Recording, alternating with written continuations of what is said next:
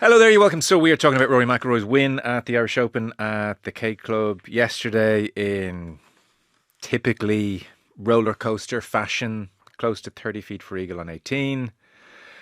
Pandemonium, amazing scenes, and the playoff. To be fair to Joachim Lagergren, who shot a 66 like Rory, he made him win it. It took a 4, 4 and a 4 to win on the third playoff hole on 18. And just well, as Rory said himself, it Copper Fasten's quote, very cool year. Now, Conor McKeown was there for the Irish Independent, and he's here in the studio. Conor, welcome. Thanks, Joe. There is a boom or bust quality to Irish Opens. If you stopped people and said, name the last 5 winners, it wouldn't be pretty. But when we get one of these winners, it's epic, really. It was epic. It was absolutely epic. And there was a lot of factors going into it. The main one, obviously, being Rory McIlroy. And maybe the secondary factor was quite how we went about it. I mean, who eagles a hole to force a playoff? It was extraordinary. Like, it was, I've seen Rory win tournaments in the flesh, but there was never been that, because it's an Irish Open and it's that partisan, and there was loads of kids there. It was like a kind of a football atmosphere, and nobody expects anybody to hold a putt from 30 feet. But I have to say, like, I did a thing on Saturday about how the Irish Open generally, as a rule, should be in a links course and during the middle of summer, but the K Club is brilliant. The 18th hole is a proper stadium hole. It funnels down onto that green. There's no bad view. All the way down the fairway you can see that green. Even all down the first, people were watching it across the lake. So it was a proper theatre for what happened. And we were standing just behind the green underneath the big scoreboard. And really we went down to grab Rory because the loser will speak directly afterwards. And we expected that he wasn't going to win because you needed an eagle to win. And we stood there for 45 minutes watching him go up and down and up and down. And honestly, like I saw Lagergren's, his drive, the last drive was probably the best. And probably forced his hand a bit to take the shot on a bit more and go for the pin. And I saw it come off the club face and kind of disappear into the air, and I was sure it was tracking. It was going to be close to the hole. And when it went into the water, it was game on. Mm. Watching the replays of the celebrations, it's art, isn't it? That stuff. It's just the two that caught my eye were the two lads in red. I was like, yeah, when they show the 1920s footage from football and they're clapping really fast because whatever way the frame is working, the kid just couldn't believe it. Got it! Oh my god! And then the dad and son, and half a hug, and the hug, and it's like a Caravaggio sort of a. It's just glorious. Yeah. It's so in the moment, amazing. The arms up. I mean, it's rare you get all the factors that come together, the surprise and the home favourite and all of those things. Like, the planets really have to align to get a day like yesterday. And you said it's boom bust, the Irish Open, but it's more than that. It's so boom and it's so bust. I was there 2 years ago when Rory came out in the last group or second last group, and then like another unheralded Swede, Vincent Norman, came from. He shot a 62 or something. He had finished 2 hours before. Nobody even knew what he looked like. And then all of a sudden was like, oh, here's your winner. And that's just... We still don't know what he was. And he wasn't there this year. And 3 of the last 4 winners weren't there. Yeah. So, I mean, to be fair to Rory, he puts this tournament up on his back to a certain degree. It feels like a big drain on him. Like, he went out on Thursday, got put on the clock. I was watching him hit into 9 yesterday. I followed his group and he pushed his drive right. And if you had to see the amount of orchestration that went into moving crowds, cameras, everything else. And it's such a drain, I'd say, for McIlroy to even try and stand there and keep your kind of poise and concentration while all of this stuff is going on, to just hit a shot. And then for them to put him on the clock on Thursday, when clearly the pace of play has been affected by all the peripheral stuff, all the logistical stuff that happens around the main group. And even the kind of intensity, I was a little bit taken aback a couple of times yesterday at just the intensity of the emotions that he generates, particularly in kids. There was a couple of kids that were like, got up to the ropes as he was coming off a tee box, and like one of them asked him for an autograph, and Rory turned around and gave him a wave. He can't stop in the middle of a round to sign an autograph, but you could see the way the kid reacted was a real visceral, I didn't get, and like, to be able to keep your kind of zen and cool in it afterwards. And just on Rory, I'm sort of really conscious of getting into the realms of fan with typewriter thing, because I think people who don't watch golf won't have a big strong, maybe they'll even resent some of the more gushing analysis of sports people when you don't like the sport it jars a bit. But I've watched him at close range a lot for the last couple of years, and I saw him at close range yesterday, even when he came over to the media centre, and the time that he gave people, while he was just at this epicenter of like this incredible, like it felt so pressurized. And he's an incredible way about him. And it's not just that he kind of bore a lot of responsibility for selling the tickets at the tournament. He went and won it, you know. He could have taken his cue to kind of bow out. Wentworth is on this week. The Ryder Cup is next week. But he went and won it. He went and won it in style by gritting his teeth. And then afterwards, he was just absolutely brilliant in everything that he did. And to be at the centre of that much attention, that much really intense attention, and to kind of go about his business. He's a class act. He really is a class act. And I think you have to really try hard not to like Rory McIlroy. And for us as sports, watchers and sports fans and journalists, we're not just lucky to have him. We're lucky to kind of be around to watch his career unfold in real time, because he's a phenomenon. Agreed. These are the good old days of the Irish Open. I think you wrote that earlier in the week. Yeah, well, that's what it is, I notice as well, not in a very conceited way or in a OTT way, he is sort of leaning into the relationship with Ireland at large in subtle ways. Like, it's a long way back now, and it's like, who's he going to play for the Olympics? And I think he said to the Daily Mail at the time, Ulster Rugby and Man United, I feel a bit more British, which, you would do if you'd grown up in many respects, going to British school and learning history and all these kind of things. And then he kind of segued more, well, I'm Northern Irish, and tried to just play it down the middle. Agnostic is how I've seen the last couple of years. And it was striking at New Orleans last year when he won with Shane Lowry and someone tossed a tricolour up on stage. We're all talking about flags a lot at the moment. I think even Rory knew that was a code red, and like, Shane, get this off of me, and Lowry understood totally. He was like, yoik, yeah. But there's just certain little lines, like he just dropped in yesterday about the win. As an Irish golfer growing up, the one we always wanted to win was the Irish Open. I don't want to overly read into that, but he's a smart enough guy. He knows what he's saying. I thought the same thing when I saw it. I just think there's a degree of, I'm from Northern Ireland, but yesterday it felt like a lovely copper fastening of something. Yeah, I read that into it as well, and I think Rory's at the stage. I think after the initial sort of, I don't know, was a backlash, but like when he said those things about how he felt initially, he was very neutral and coy, and I know he agonised a lot about the identity thing. Around the time of declaring which team he was going to play for in the Olympics. But I think he's probably at a stage now where he knows he can just be whatever he wants to be, and it's whatever he feels. When he goes to the K Club, and he played for Ireland, like the GUI's office in Carton House is only down the road, so how could he not feel like this is a home open? And just to see how partisan it was there yesterday, and like not even partisan in a kind of a, people just wanted to see him do well. Like the joy that people got yesterday from being there to see him do something amazing, probably since Augustus still, he has, enshrined himself at a level in a sport. And I'm not sure when the next time Ireland will have an athlete that's operating at such a high level in that kind of a sport, a mass participation sport or whatever you want to call it. But he also has charisma, he doesn't make any attempts to kind of to hide himself.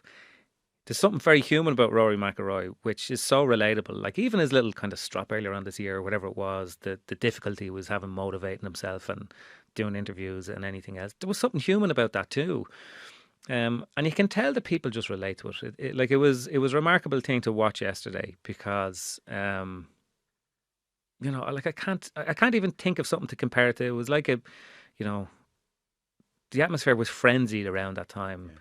Because by the time he got to the AT&T, it looked like it wasn't going to happen. His shot in, left it to 30 feet, had a chance, but we were all shrugging our shoulders going, fair play to him, he gave it a good run.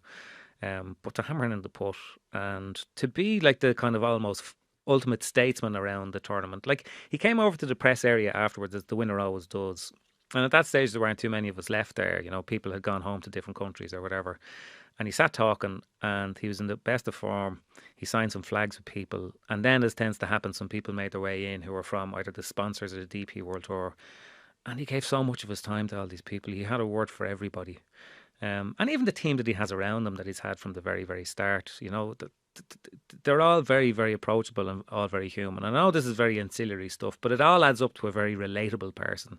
I think I'm probably trying to define the phenomenon that is Rory McIlroy and why he just provokes such raw emotion in people. Yes. Well, I think that it's interesting for people to be reassured of the fact that he's not just charismatic and pleasant in front of the cameras, and then as is often the case, you try and deal with the person's agent or any of the ancillary stuff around them, and it's a meaner. It's not with him. No, It's so it runs all the way through. That's maybe where the point has a validity for people who might be interested. They don't care if his agent's nice to us, but there is that approachability that which runs through McIlroy Inc., I suppose.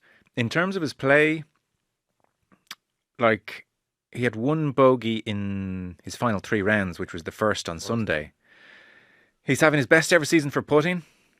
Fourth on the PGA Tour, I think. Okay. Hold 160 feet worth of putts yesterday, which for context is the height of the Arc de Triomphe, just in case you wanted some sort of architectural reference. But I mean, the other way of looking at around where somebody holds 160 feet worth of putts is that their ball striking wasn't great, because if you're closer to the hole, you don't have to. Yeah. But he didn't miss too many. The big long raker that he got on 2 was really vital, because I picked him up halfway down the first fairway and you could feel the air just go out of the tournament when he bogeyed the first.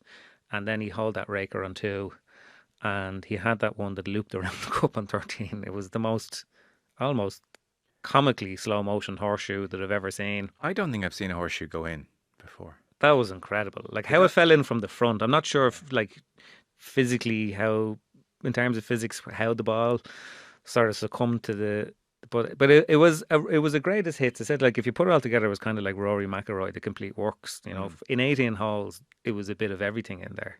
You know, I think the quintessential Rory McIlroy round will forever be the 4th round at Augusta this year, because there was so much drama involved, so much high tariff stuff, and so much risk and reward. But yesterday was a decent effort too. Yeah, it's been such a remarkable year in his career. And it is worth thinking back to pretty much this exact time last year. And I remember vividly enough because the podcast was just starting, we were talking. So it is this time last year, and he referenced it afterwards, where he missed the putt at Royal County Down to get into the playoff with Rasmus Højgaard. And then the following week, Billy Horschel, who doesn't win every week, you know, on 18 at Wentworth. Billy, you've just won. It's like, even I'm starting to feel bad for Rory now. Was in effect what he said. And at that point, given the near misses at majors, or, you know, missing the Open completely, that they cut at the Open completely, or blown off the course at Augusta, like this exact time last year, there's a sense of he can't get it done. The scar tissues after, you know, heaping upon more scar tissue, there's a fragility. This is not going to happen. And it's like, he can't now not win a playoff. He completed the Grand Slam, the Tour de Force in Kildare, Wentworth and the Ryder Cup beckon. It's the most amazing second week of September 2024 versus 2025 I can think. Well, if he wins, so there was a lot of talk last week, understandably, about the Ryder Cup. Luke Donald was there, 3 European players were there. The team was announced while a lot of media were there, and you can see it means a huge amount to them. And after every round, Shane and Rory were asked about it. But if Europe go and win the Ryder Cup now, an away win on American soil, obviously, which is what an away win is, but particularly at Betpage, I don't think there's any doubt that it's the best season of Rory McIlroy's career. Like, he won 2 majors in 14 and he was world number 1. Okay, he hasn't been world number 1 this year. But the Masters was always, like, it's been 10 years in the making. That's the major he would have picked at the start of the year. If you want to pick, like, the Irish Open very clearly means a huge amount to him. It might just be something that's stuffed between the end of the playoffs in America and the start of the Ryder Cup. But he was here, and if you're going to spend 5 or 6 days somewhere, you may as well go for it. And he did, and he won it. And even the 2 in America at the start of the year. So he won the Players. And he also won at Pebble Beach. You know? I mean, you win the Players, it's a great year. So it's been a big, big year, and he has seemed to come through this period of, you know, just self-reflection around the PGA and the US. You know, you hear a lot of sports psychologists talk about, like, what's your why? You know, like, where's your motivation? And to all intents and purposes, he seems to have rediscovered that now, and he's very compelling sort of a character. You know, somebody said the other day, like, as a thought experiment, imagine what this tournament would have been without him, and it's true. But can you imagine what golf would be without Rory McIlroy now? you know, okay, you have a guy, Scotty Scheffler, and there's a lot to like and watch about him because he is playing golf at a level that it has very rarely been played before. But other than that, there's no big personality, there's no big drama. So, sometimes because we're talking about an Irish athlete, we lose the perspective of what they're like in the global context. But he is literally that important. Yeah. So I guess he goes to Wentworth in great form now, because even coming into this tournament, I was out there on Tuesday and I followed him around for a couple of holes. And again, he'd be within his rights to say, stop standing so close. Like, honestly, like you're just eavesdropping on his conversation. But he was just total ease with himself. Game looked superb. Yeah. It was showing off stuff. Yeah. But he had said on the Tuesday that the 2 weeks where he played previous in the States, 1 week he put it well, hit it badly. Following week, put it badly, hit it well. Yeah. Things could come together. So the game was very close. So that's where he is form-wise generally. You can kind of tell, because again, he's so expressive. You can tell when he's happy with the way he's hitting the ball. Like, I'll always go back to watching him on the range at Augusta last year, and every shot that he hit, he kept turning around to Harry Diamond and doing this little motion with his hand, and he was kind of mimicking the ball flight, and he wasn't happy with it. So the launch angle or the trajectory was off. And this year, I watched him on the Thursday just before he went out, and he had a little kind of iPad launch monitor, and he was looking down every time he hit a shot at the figures, and he was turning around to Harry and he was kind of nodding. And you could tell going out on the Thursday, not being wise after the event, whatever about what was going on in his head, his game was in good shape, that he was kind of happy with it. And it was the same observing him this week. There was no big grimaces. Even when he hit a bad shot, he was able to kind of immediately figure it out. Oh, well, that's only that. It wasn't a symptom of some sort of overhanging issue that's there. So he seems to be in really, really good form. And like, as much as, like, the Irish Open yesterday was a brilliant Irish sporting occasion because he made it one. Yeah. So it was a great win for Ireland and for golf in Ireland. But I'd say the other person that was a big win for was Luke Donald. It's been commented on before. It's just worth stating. His short game, his bunker play, his chipping is a joke. He does not get enough credit for how good he is. Wow. His bunker play, when he shot the 66 on Saturday, maybe it was Thursday. He seemed to be in a lot of bunkers. Maybe it was Thursday because he played better it was a Friday to 66. Friday, yeah. But I mean, he's as good as anyone in the world, and it's not mentioned in the first 5 things you say about him. No, it's because it's just because his ball striking is so beautiful. Like, one of the great things about being at these tournaments is getting inside the ropes and being able to be able to kind of stand at an angle where you see the ball. And we were kind of behind one of the tee boxes, and to watch his drive take off, it's just the purest strike. It's such a, and because that's just so eye catching, you lose sight of the rest of the stuff.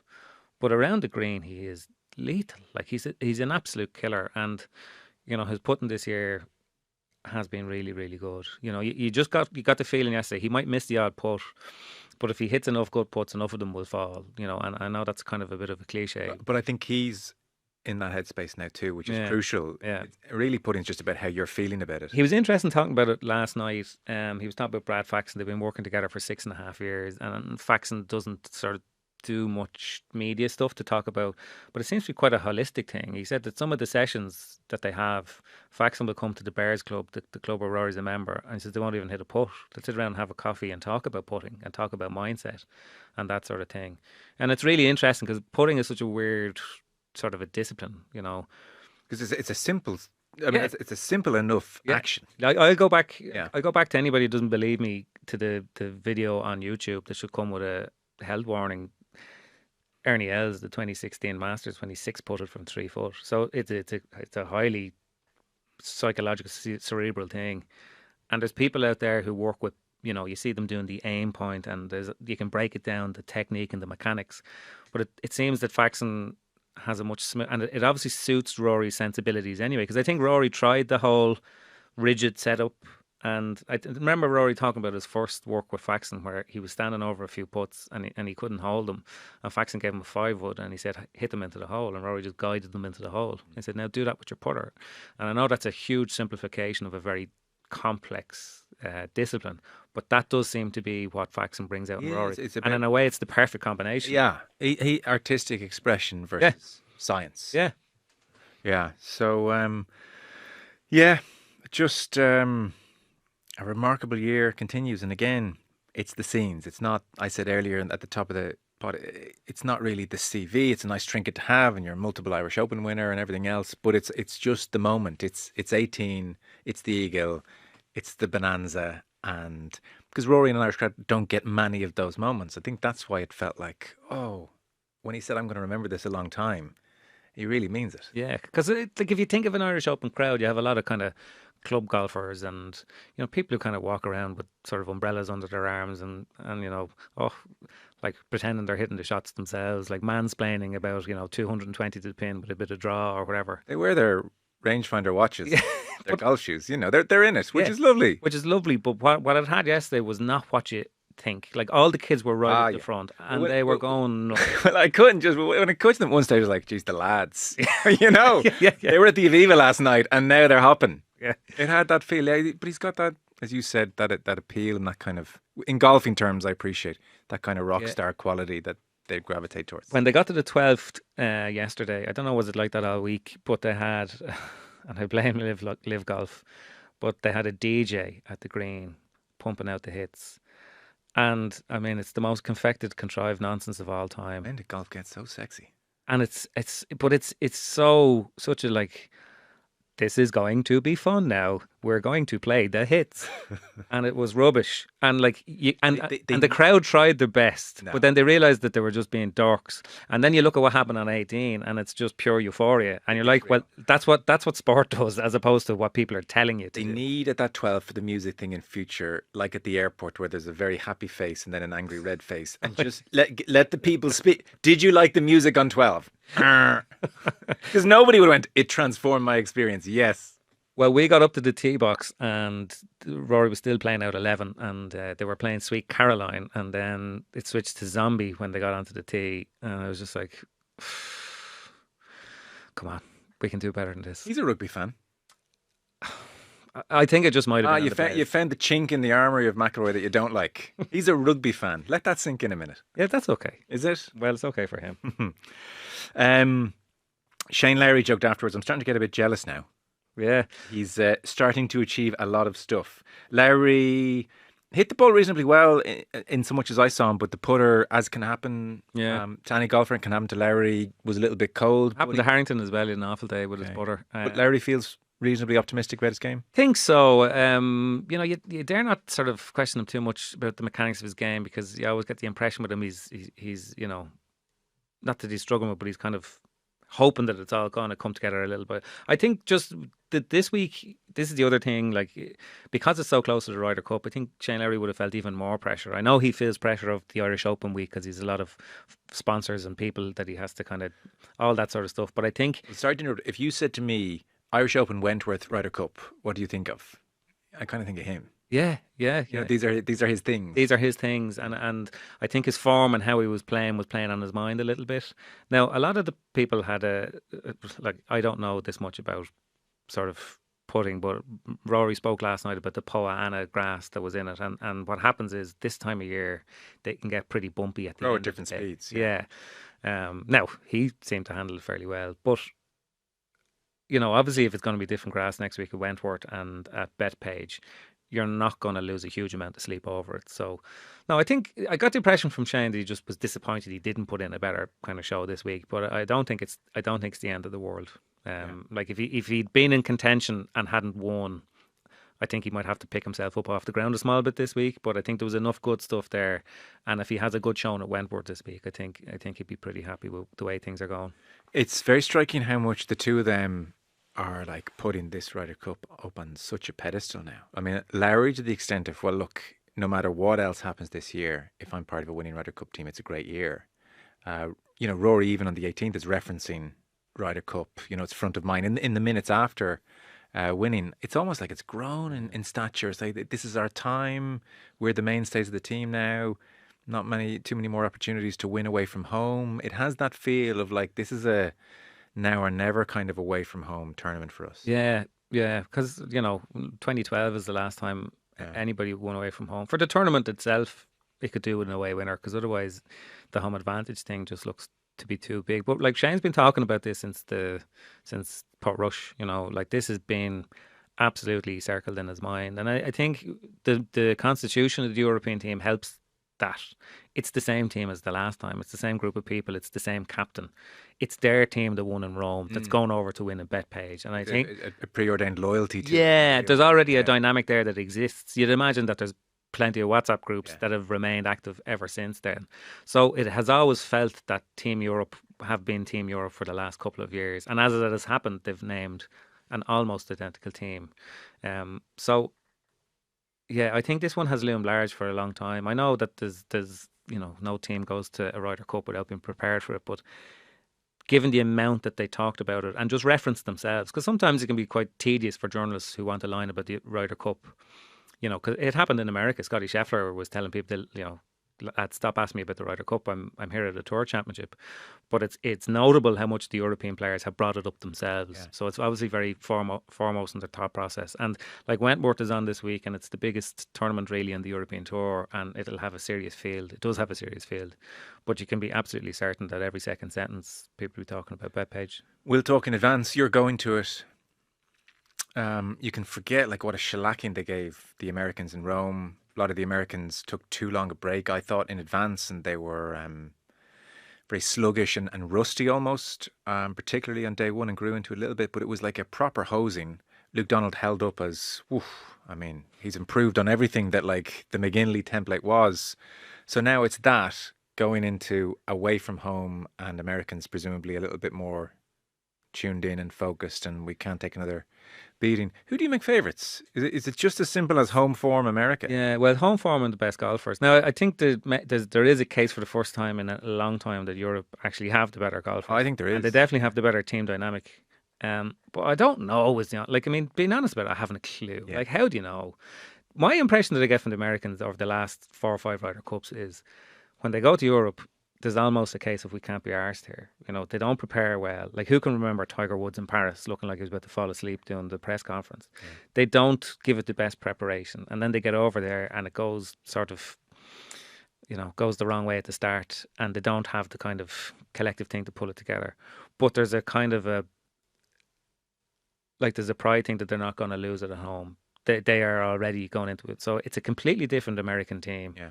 And I think, for the sake of the Ryder Cup, it has been a good thing that America have come over half-arsed the last couple of times, because in terms of world rankings, they dwarfed Europe. But it is different now, and the fact that Europe have such a they've lots of combinations that they can throw up again that they know are going to work. Mm.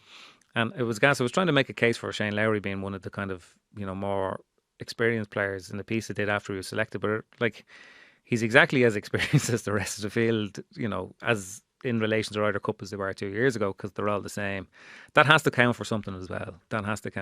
So yeah, again, we'll talk closer to it. I really think it needs a competitive Sunday, though, because the last two, Whistling Straits, when it was obvious Rory was in really bad form, not mood-wise, bad form, couldn't chip, couldn't hit a ball, was just by Friday lunchtime it was over. I remember being so disappointed. This thing is done. And you had to sit there and just watch an inevitability for the next 2.5 days. And then in Rome, it was fun when Victor Hovland chipped in. It's oh God, Morikawa hasn't hit a ball in 3 weeks. That kind of feeling. But again, a sense of anticlimax on Friday that this is over. So the tournament really needs, I think, something to happen here. Or if America coast again, there's definitely going to be a conversation around, right, we're going to have to take control of the course away from you guys. You can't decide rough length. They don't decide pins anymore, allegedly, but rough length, width of fairway, even the foursomes and four ball, everything. Which one is first? Yeah, because it's not a rivalry if the home team always wins and win comfortably. So I think it's a very pivotal. And the nature of the Ryder Cup for the tournament. The nature of the Ryder Cup as well is that it's match play, and which is brilliant. I know people will come out, and I used to be one of them that kind of sneered and said, "Oh, Europe, and how do you relate to being Europe?" But if you picked the 24 best golfers in the world and made some distinction between the two of them, people who were born in an uneven month versus people born in, and ran it off as a Ryder Cup, it would be absolutely worth watching, because these fellas never get to play match play against each other. There's team dynamic in all levels of golf except for pro golf. There's match play in all levels of golf except for pro golf. and the Ryder Cup benefits from the fact that this is the only stage that provides both of those things. But like having 12 singles going on at the same time should be filled with drama because there's putts dropping every second.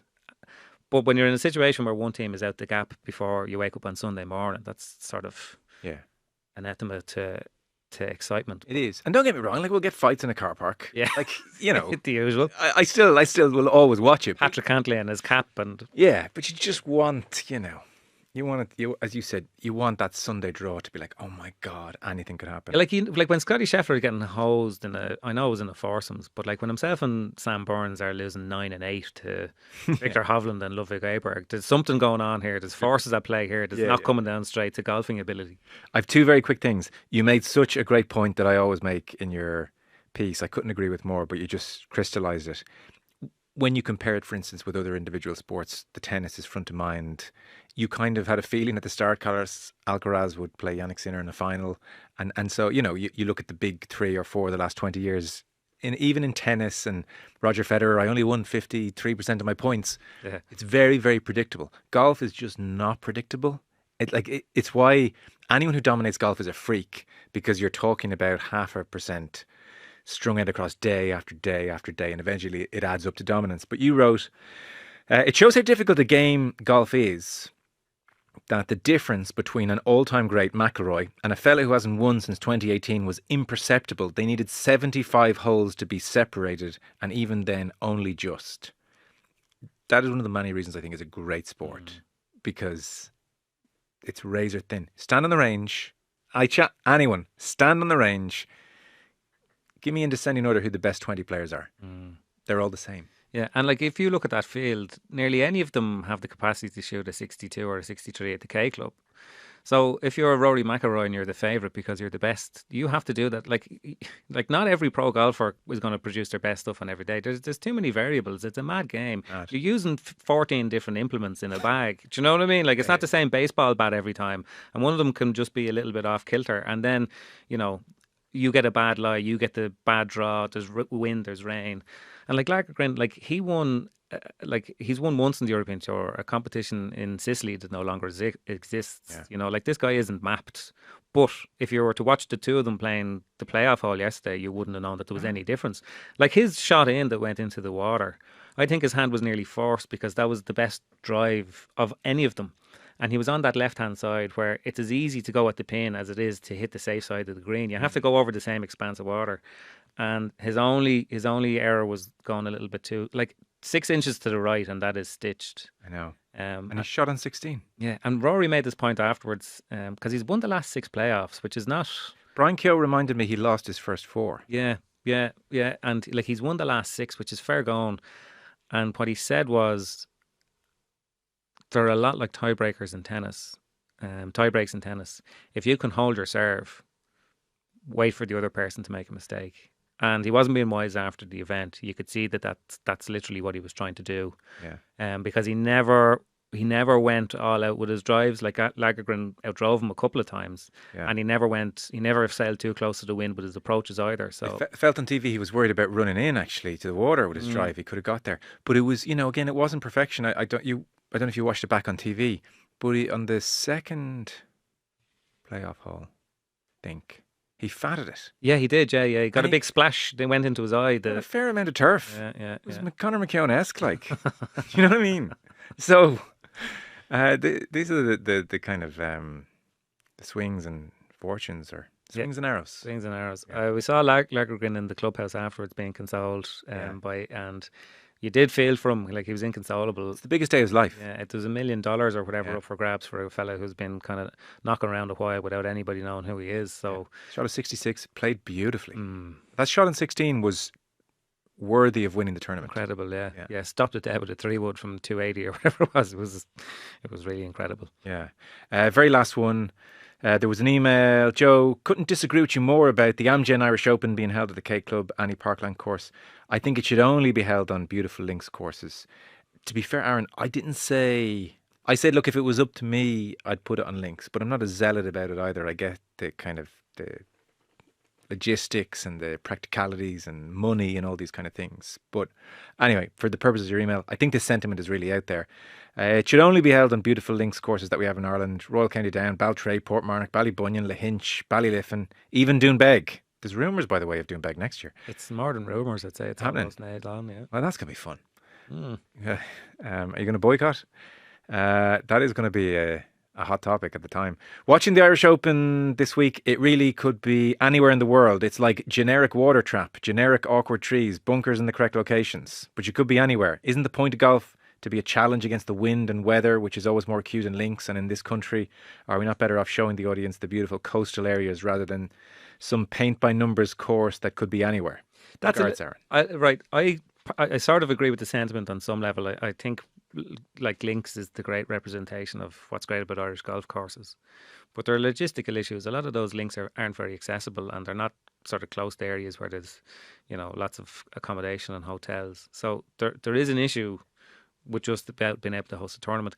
The other thing is, there's this idea of the K Club and Mount Juliet and Adair being like this kind of pastiche of an American parkland. I was talking to somebody the other day who played the Pro-Am on Wednesday, a good golfer off scratch, and he made the point that, like, when we play our own course, he could sort of half top a rescue and knowing that, that's okay, it'll be down around the house. He says the K Club as a parkland, you can't do that. You have to fly the ball all the way. It is a proper golfing challenge. Just because the things that catch your eye, the kind of scenic stuff with the trees and the ponds, it is set up in such a way to make it a very, very strong golf challenge. So that's a little bit unfair. It's had good winners. Yeah, it's had good. Well, it's had two. Yeah, yeah. I'm torn, and I understand the. But I will say this. I said it at the start. But yeah. as a stadium course built for theatre, the 18th at the K Club has now hosted a couple of the most memorable moments in the history of Irish golf. True. Yeah.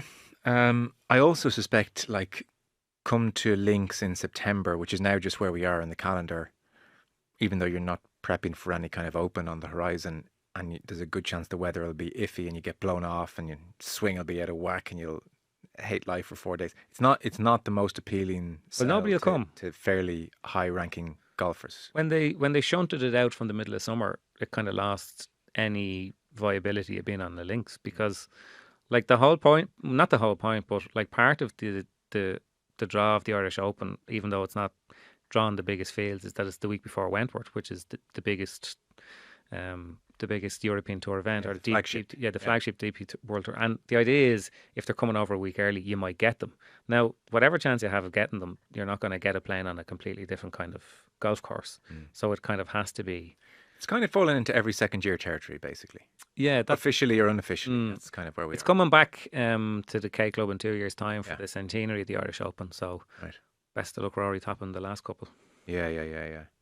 Portmarnock sniffing around, or is it just too focused on the Open? I'd say it's too focused on the Open, yeah. All right. Thank you so much. So, win for Rory McIlroy in just the most ridiculous fashion. Wentworth this week coming, Gap Week, Ryder Cup. That's it. Right. Thanks, Connor. Thank you, Joe.